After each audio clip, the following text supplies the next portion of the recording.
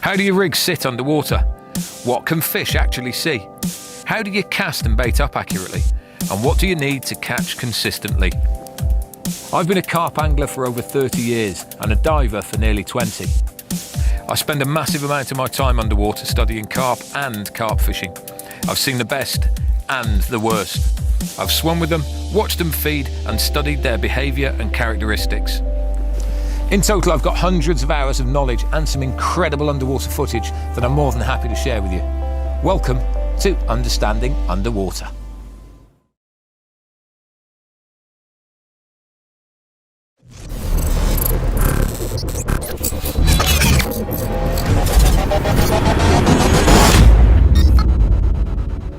Welcome to a brand new series called Understanding Underwater. If you have a look over my right shoulder, you'll see a dredger, and yes, that is the dredger, and yes, this is the Wraysbury South Lake. What a fantastic place to be, and we're here for a number of reasons. It's crystal clear, there's quite a few fish in it, and you're going to come on a session with me where I'm going to encounter the same problems that everyone else does, but this time, as soon as I do, I'm going to ask the question, go below the surface, and see if I can find out the answer.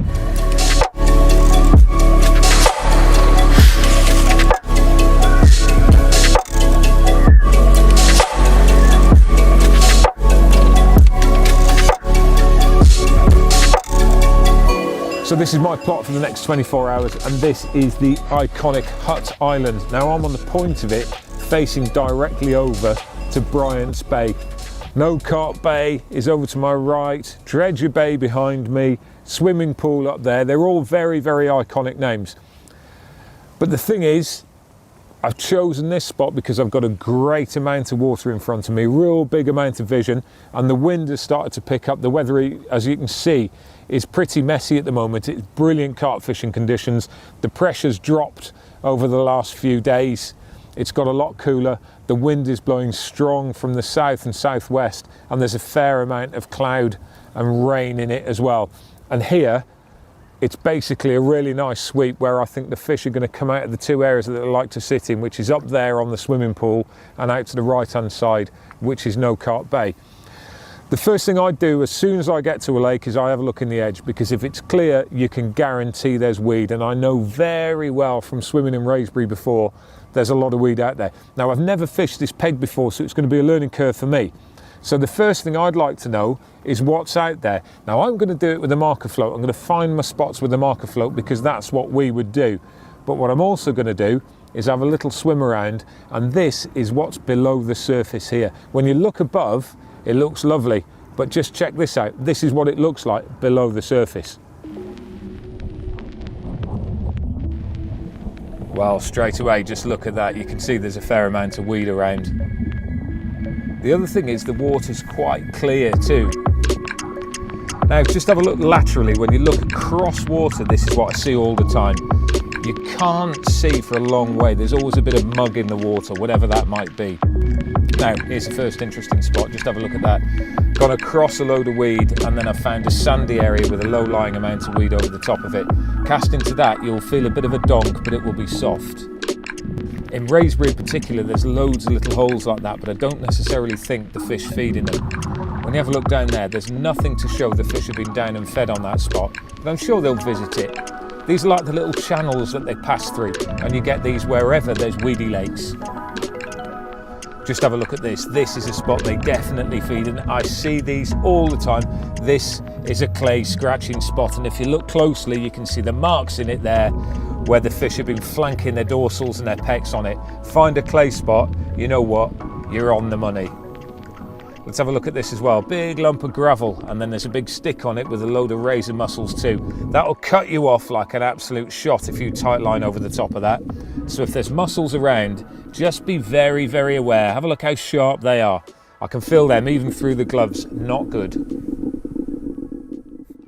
Right, so the first thing I've got to do now is try and find a spot out there, and once again, from experience with Wraysbury, you don't just chuck out anywhere because there's weed all over the place, and random chucks at showing fish inevitably end up and you're burying yourself in weed.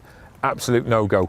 So for me, I really do like using a marker float. Now, a lot of people say that marker floats are carp scarers, that they can get away with just leading. That might be the case, but you find out so much more if you use a float properly. For a start, you know exactly what depth it is, and that makes a big difference. Secondly, you can feel the bumps back, and yes, I know you can with a lead. Sometimes it's better with just a lead than with a float, but you get a bigger picture with a float. But there is a question as to whether or not marker floats are carp scarers. Well, just to prove the point, let's have a look at what they look like underwater. Right, well, first up it's the orange one, and you can see that it's really, really obvious. Second up now is the yellow, and that is a lot better. You know, in tinged water, it's very well disguised. And then let's have a look at the black one from a distance. That's the same distance as the other two, but you really can't see it that much. And now we've moved a metre closer just to show you how discreet that float is. And that's a point proved perfectly. If the water is crystal clear, then the best thing to do is go with the dark green and the black tips.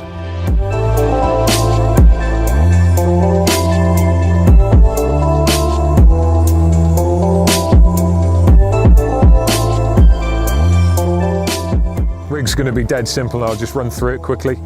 Dressen X in 34 pound 15 kilo as a leader, because there's a lot of weed out there. Clip system, and then I've got just a standard 3-ounce lead there. Sand coated actually, same colour as the gravel down in front of us, although it might land in weed, but they're used to seeing this colour. Business end, now that is 10 inches of Combi Soft in 20 green. And then I've got a ready tied choddy with a small pink hit and run on it. And the idea is that lead lands and that will slowly sink down. And because it's on a ready tied choddy, the short one, it'll sit just over the top of any silkweed that's out there.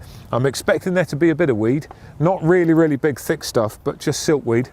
So I'm going to bang this one out over the top. I've clipped it at 14.8. And I've been baiting up with a spom at 14.5.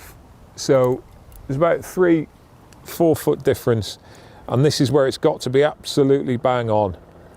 It's gone on the right line, hit the clip, come back down again, feel it down,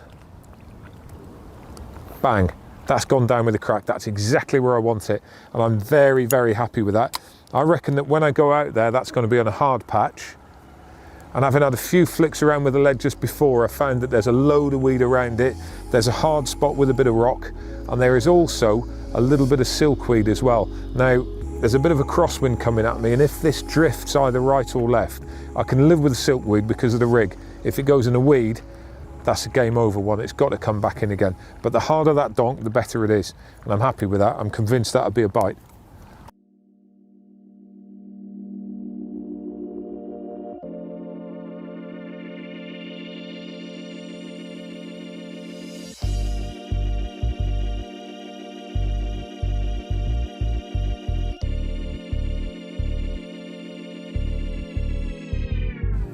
Right then, let's go and have a little look at my spot, and you can see the colour of the water now is ever so slightly different to what it was before. That's due to a light change above. Coming in over the weed, you can see my spot there perfectly, and if you look carefully, more or less in the middle of the pick now, you'll be able to see that pink bait standing out really well. That is one of the reasons why pink is so good, particularly the shade of it. It is just perfect. It's not too obvious, but it stands out enough for the fish to want to investigate it. As we come down, you can see why that is such a good spot. Hard gravel, that has actually been fed on there. A lot of the gravel and stones have been moved off it. But if you look around the spot, you'll see that fluffy candy floss weed. Sometimes when you cast out and you're on what you think is your hard spot, but it lands with a little bit of a cushion bump, this is what you're finding. Let's go down and have a look at the rig itself though. I'm on the hinge. It looks lovely. It's leaning over there. The hook is just caught, but it won't really affect the presentation too much. There's one little pellet there as well. And if I just lift this hook bait and drop it back down again, you'll see exactly what it will look like. Just whizzing around the rest of the peg, I'm going to come back to this candy floss weed, because when the fish feed on this, this is what they'll clean off. And with a bit of bait application, they'll move that off everywhere. But just be careful, because it does move around the peg. And if you don't recast fairly regularly, you could get caught up on it. Heavier gravel towards the top of the spot as well, and that would feel a really, really big crackdown as and when you're casting out. But that light weed can be moved off it really, really easily. Like I say, with the movement of the fish's pecks, as and when they come on, that'll clean that off, and this is the sort of spot that would develop really, really well and be a perfect one. As you look off to the side, you can see the big heavy weed. And if you cast off the spot and it doesn't land with a really hard crack, that's what you're in. And it is just never ever going to get you a bite. It's no good being out there at all. You've got to feel that crack down. Make sure it lands perfectly well. This is that weed again, just close look at it, you can see it rolls up. It's filamentous algae. And when you're reeling with a little bit of this on, this is basically what it looks like on the deck. Pop-ups are needed. If you put a bottom bait on there, it'll probably end up covered in this stuff. A bit of sand, that looks like a fish has fed there at some stage in the not too distant past. And then once again, just look, distant shot, looking down there, that pink bait stands out perfectly. In this sort of water quality, pink is just a winner.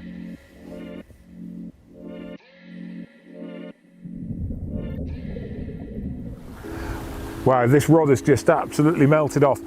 If you have a look down there, I haven't got the other rods out. I've only put this one out and it was about 20 minutes, maybe half an hour ago. Obviously it felt really good when it landed and I thought there's a chance, but the problem that I've got now is that it's picked my marker float up. I've got a rescue boat down here. Obviously we're diving, we need a boat with us. So I've got a boat down there. I think what I'm gonna have to do is take to the boat and see if I can get this out, because I can't see anything other than a disaster happening if I don't get out there.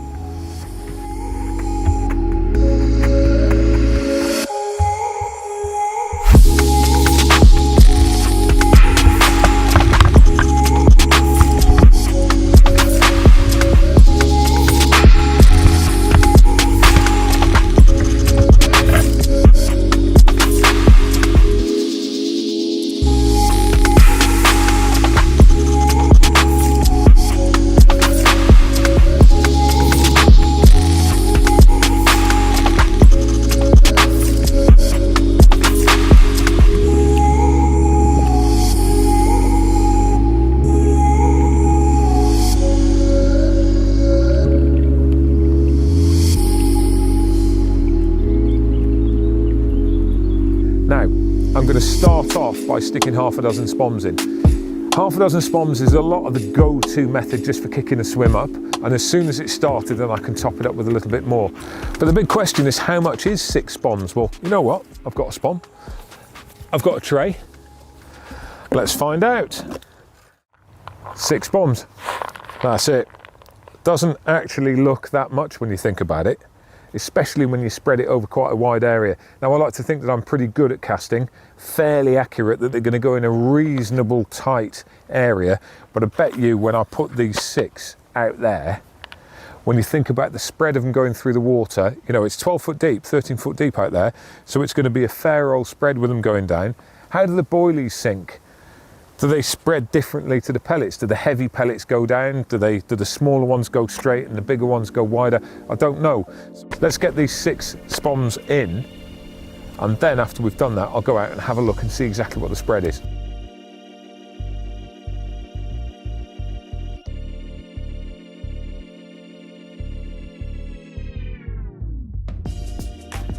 Right then, let's get straight down at the bottom now and have a look exactly what this bait looks like. 6 spoms, what's the spread like? And immediately you can see there that it's not actually that obvious. Full spom gone in there, you can see the pellets, 1 or 2 of the pink boilies, but actually it doesn't really stand out that well over the top of that hard gravel, and bits of it have got caught in the weed. But that is spom number 1. Now, they were pretty accurate. Let's have a look. There's spom number 2, and you can see once again a big old clump of bait caught up in the weed. That's not a problem. What will happen over a period of time is the fish will come in, pick that bait out of that weed, and their movement of picking the bait out and also the fanning of their fins and tails will just clear all of that off. And I've seen it before where fish have come in and cleared a whole bucket of bait off a spot, almost turfing it, just rolling that bait off to the side.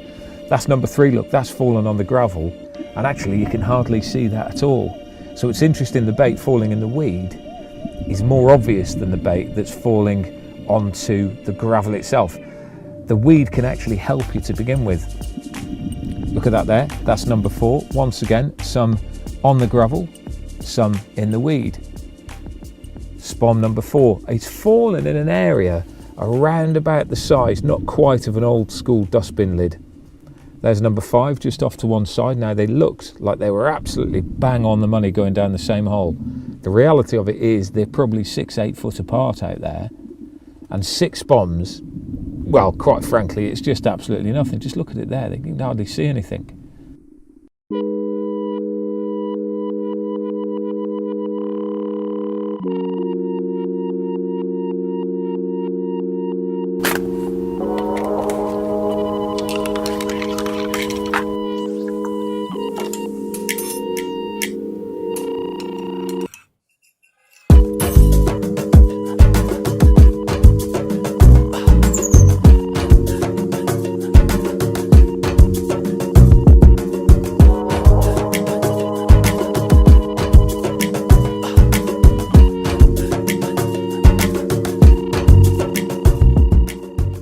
That's it, rods are out on the spots, ready to rock and roll. Fingers crossed for a good night. Obviously the weather's closing in a little bit now. It's forecast to be fairly hefty rain, but very, very good carp fishing conditions. Wind might pick up as well, so you know, we're hopeful that there may be a fish or two. What have I learned so far? Well, the spot out there on the left-hand rod isn't far off what I thought it might be. What surprised me about that was how much bait was either not there or alternatively had been eaten or was hard to find. So as a result, I've given that a bit more of a tickle, stuck a few more spods out over the top of that just to regenerate that area. The right-hand area, that feels quite nice. I've not had a look at that one yet. That feels quite nice. It feels quite, let's say, sandy stroke soft. It's not rock hard, it's not cracking down, but it is going down and it feels presentable. So yeah, let's see what the night brings, and I'll see you in the morning, maybe even before. Well, first light now. The prep last night's obviously worked very well because I had a couple through the early hours of the morning. But first light is at this time of year when everything absolutely comes to light, and I've just had an absolute melter. You know, one of those ones where it is nothing and then it was just flying, absolutely flying. There's a bit of weed out there at the moment, and it's a bit of a case of, as soon as you hook into it, just try and slow it down, even though this thing was absolutely ripping, and I've come up here as quickly as possible just to get the tip in the air and get it out of that weed. And there is a bit flying like a flag on that line. But we're on, game on, carp on. I thought from the take he wasn't going to be a big fish. It was an absolute melter, that one.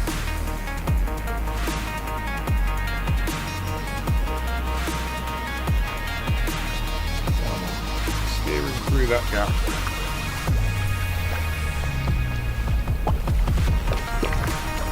And he's in. Lovely, double bobble this morning, that's happy days. Well, back again, same place, same position. And guess what, same rod as well, left-hander. Just had that fish, what, half an hour ago, 3/4 an hour ago I suppose. Popped a fresh bait back out over the top of it. And lo and behold, it's cracked off. Once again, it's going left this one. It might cause me a bit of trouble if it goes down that margin down there. But I'm not seeing any signs of fish over the spot. I'm seeing them behind in the dark water over that far side, but clearly they are coming in. They're not big, but they're some of the strongest little carp that I've fished for recently. Absolutely bionic, full of beams.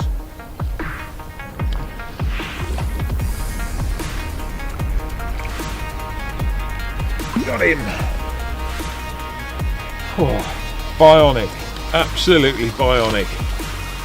Wow, there he is. You can have a look at this one straight away. Angry little male, full of beans, full of energy, full of pellet as well by the look. He's proper been troughing.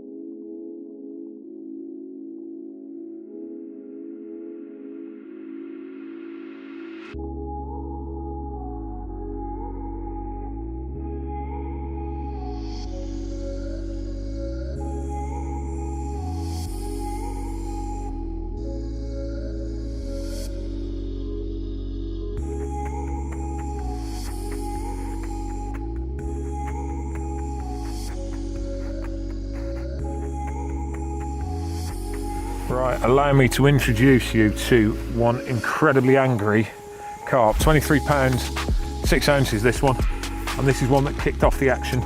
And this fought like an absolute creature. If I'd have lost it, I would have sworn blind it was £30 plus without any shadow of doubt. One of the old Wraysbury originals, an absolute tank. But it wasn't, it was this creature. And this is what started it off, like I said. Found the spot, got the rod on it, went down with a nice donk. Happy days, caught a fish, put it back out, caught another one. And it's just kicked off on that left-hand side. It's been really, really, really productive. Just repeating the same process. Same bait out there, just popped up off the deck, avoiding the stones and the silkweed. And a little tickle of pellet over the top of it as well. Top up now and again, perfect.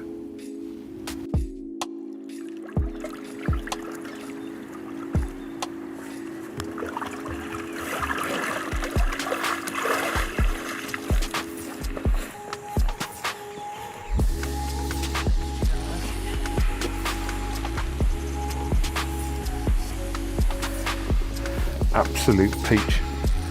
And this one came in the early hours of the morning. Actually, I had a bit of a run through the early hours. Had a couple of 3 bites, which was brilliant.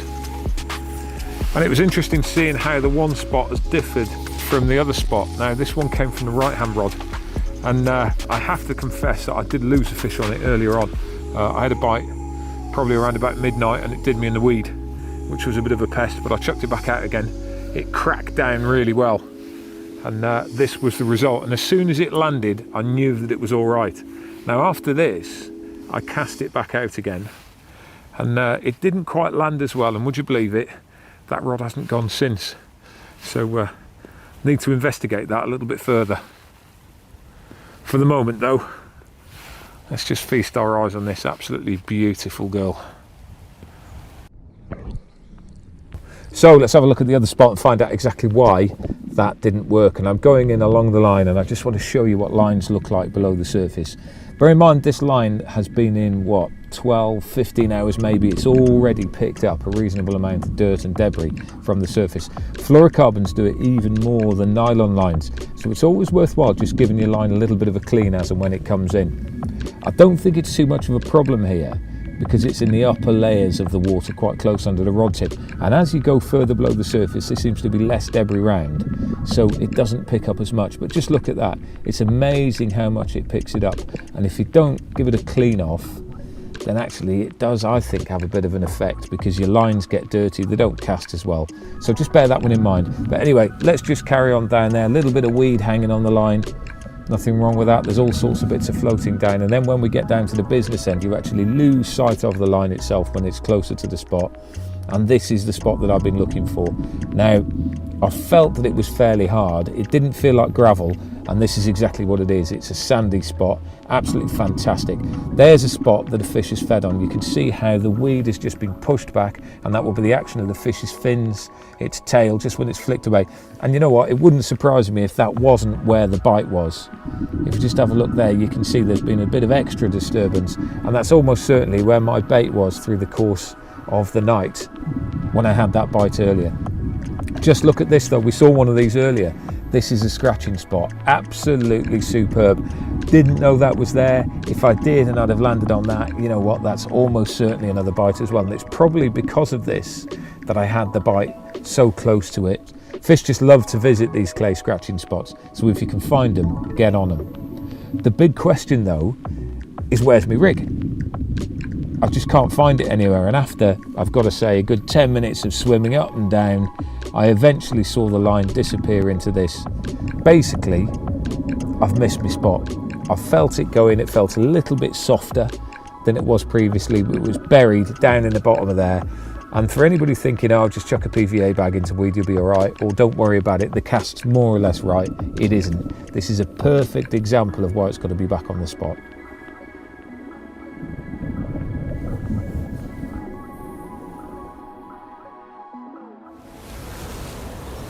Just had another belting take again.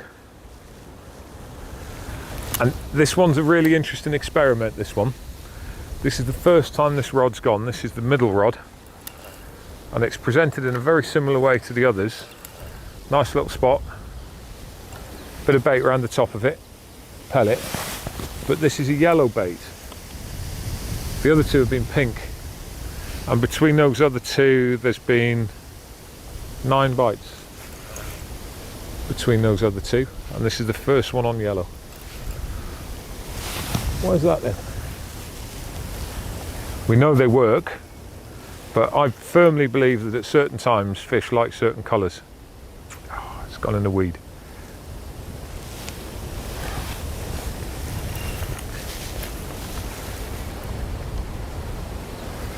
That's badly weeded now. Oh, it's coming. The thing when they're weeded is just keep the pressure on. And a lot of the time when I've been diving, I've seen when they've gone in, they've poked their head into the weed, and literally the line is just at a dodgy angle. So if you just keep the pressure on and they reverse back out of it, there's a chance of getting that fish back. And he's on his way in now. He's actually coming quite quick. Changed his mind.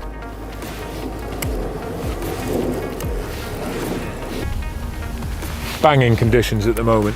Really, really good conditions. We've had thunderstorms over the last few days. Got low pressure coming now.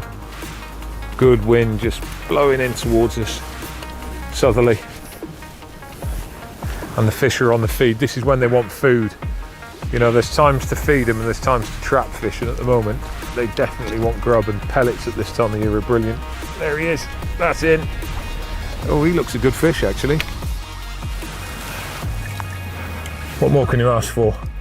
Wraysbury, overcast, lovely margins, cracking dark scaly mirror. Now if that's not carpy, nothing is.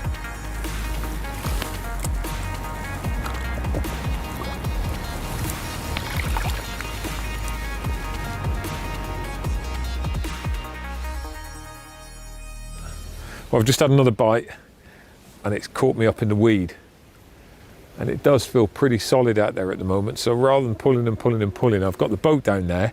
Obviously we're using it for safety and also for the filming for the underwater stuff. So I've got the boat there. I'm actually going to go out and see if I can rescue it. It does feel like it's still on.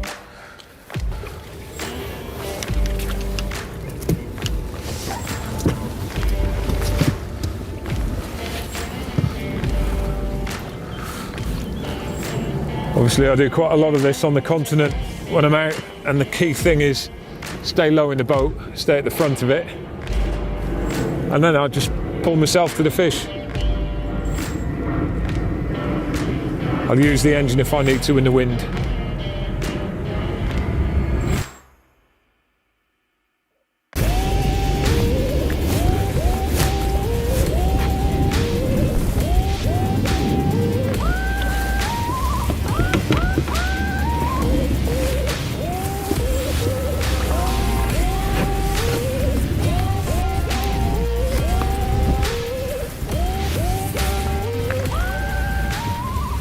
Ho, ho, ho, ho, ho. Now that is a corker. Well, I'm back, and I've got to say this is just an absolute worldie. Perler of a fish, linear, just wow, just wow. That's all I can say.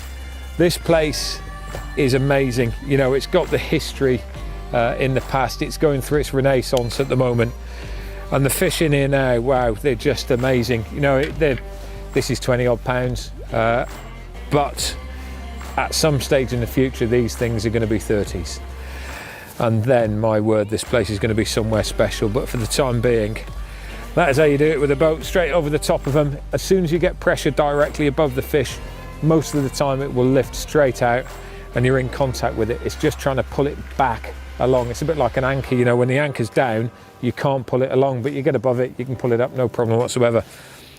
So if you do get them stuck in the weed, if you pull it, the chances are it ain't going to come out. You've got to get high and keep steady pressure on it and hope for the fish to work its way out. Or if you've got access to one, get in a boat.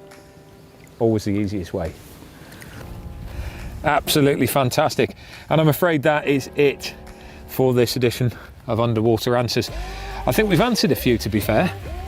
And if you've got any questions that you'd like us to look at or me to answer, then feel free to get in touch with us. We're always looking for things to feature in this. So have a look at my YouTube channel, Hughes TV, or alternatively, of course, Dynamite Baits and Carp Spirit. As well, you can find more information about Dynamite at dynamitebaits.com and Carp Spirit at carpspirit.com. So until next time, have a good one. See you soon.